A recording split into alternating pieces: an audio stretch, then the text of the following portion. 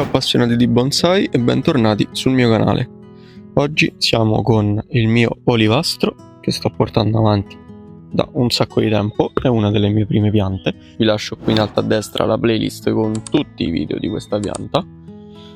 Ora, oggi andiamo a fare due cose molto importanti. La prima è filarla totalmente e stendere bene i rami e ridare un po' di vigore praticamente a questo primo ramo. In che modo? Andando a potare tutta la parte sopra e non potare la parte sotto, che sarà solamente posizionata correttamente con il filo.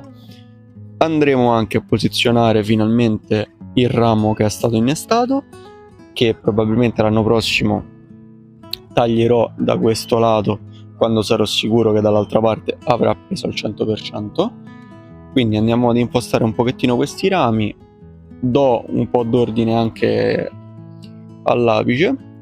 E altra cosa molto importante che voglio andare a fare, in questo punto l'anno scorso si era creato praticamente un buco in cui degli insetti andavano, lì si è accumulata sostanzialmente del marciume, che ora sono andato a scavare un pochettino con i stecchini di bambù.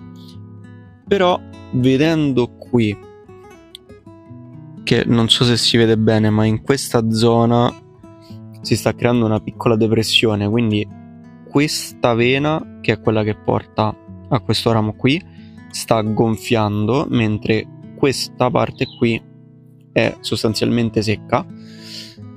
Quindi per andare a sistemare questo e anticipare un pochettino questo lavoro qui, mi conviene andare a togliere il mastice qui, prendere il Dremel e fare uno sciari un po' più lungo, che tanto sicuramente poi si andrà a collegare qui sotto, quindi farà tutto questo pezzo. Ora io mi vado a filare tutta la pianta da solo, come al solito, poi andiamo a posizionare i rami e andiamo a capire anche lì che cosa dobbiamo fare con il Dremel. Ci vediamo tra 3, 2, 1. Eccoci qua con la pianta filata. Come vedete l'ho già praticamente impostata, allungando tutti quanti i rami. Ho fatto anche un po' di potature, però sostanzialmente il risultato è questo per adesso. Poi non so se questa parte andrà tirata con qualche tirante, piano piano la risistemerò durante l'anno. Qui sono andato a fare questo rinforzo perché sostanzialmente questo ramo qui dietro si è un pochettino spezzato qua nell'attaccatura, quindi devo lasciarlo per forza di cosa 2-3 anni fermo lì. Però sono andato comunque a mettere il filo per agganciarmi di qua e sono andato ad impostare un pochettino questi rami e con la potatura ho sistemato la chioma. Cosa importantissima che dovrò fare durante quest'anno è riordinare un pochettino l'apice, far crescere questo ramo e anche quest'altro. Queste sono le cose fondamentali che devo fare. Però adesso, tornando a noi, devo andare a togliere questo po' di mastice che avevo rimesso e devo andare a rifinire questo buco qui per non fare più ristagni lì giù, e magari comincio a dargli anche un po' una forma da sciari, visto che qui c'è tutta la vena viva che si sta gonfiando e quindi poi qua probabilmente il secco continuerà. Ok, quindi vado a rimuovere questo pezzettino di mastice, mi levo anche quest'altro pezzettino un po' più su e me li metto da parte, in modo tale che dopo magari li rimettiamo. Però adesso devo andare a fare questa modifica, quindi adesso prendo il Dremel e andiamo.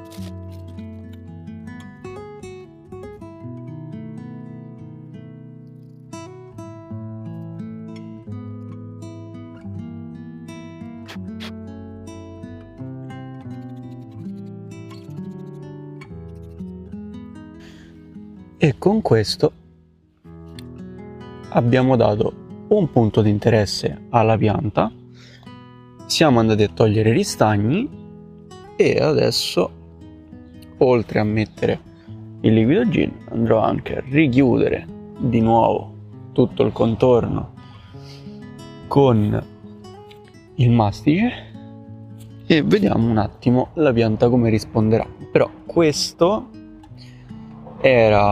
questa era un'operazione sacrosanta per non avere ancora il marcio che entrava e poi praticamente sarebbe entrato tramite il centro, non tramite qui la parte esterna, fino sotto praticamente. Quindi avrei dovuto fare un buco come questo, sostanzialmente, il che non è proprio il massimo. Quindi adesso andiamo a sistemare bene questa parte e anche qui poi abbiamo concluso tutta la lavorazione. Adesso vado a fare il salsicciotto da mettere tutto intorno e lo vado ad applicare. Questo ovviamente, ve lo ricordo, è per andare a proteggere l'avena viva, perché effettivamente ora la siamo andati a scoprire totalmente.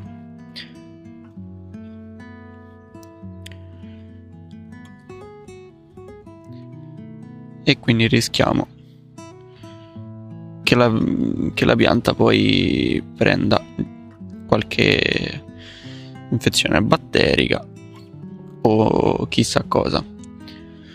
Quindi noi nel dubbio andiamo a ricoprire tutta quanta quella parte, anche perché se non facciamo così la pianta non ci richiude neanche un minimo il callo. Adesso vado ad intingere il pennello nel liquido gin, lo faccio scolare un po' e lo rivado ad applicare su tutta questa parte. Il problema ora sarà la parte più bassa qui giù.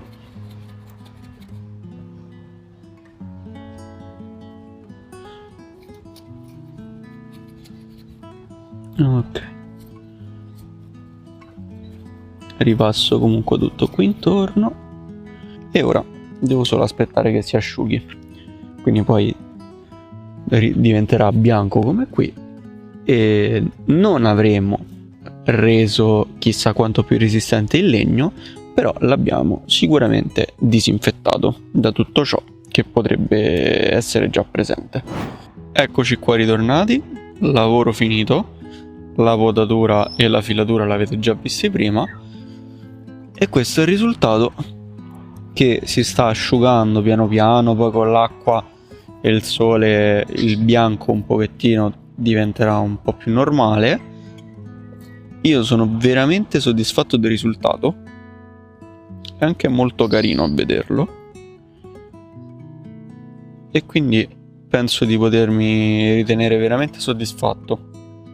Questa pianta sta migliorando tanto nel tempo, però visto che ero partito da un elemento molto grezzo, ogni piccolo passo avanti è un grande passo avanti per questa pianta e anche per me, perché comunque è tanta esperienza che sto facendo.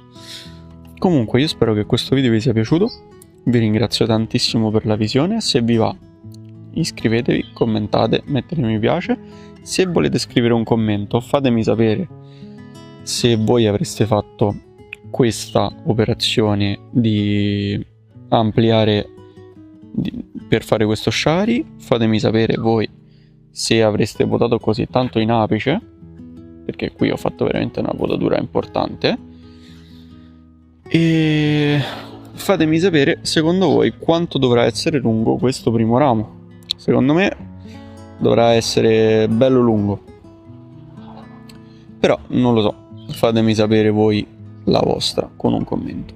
Grazie ancora e noi ci vediamo con il prossimo video. Buon bonsai!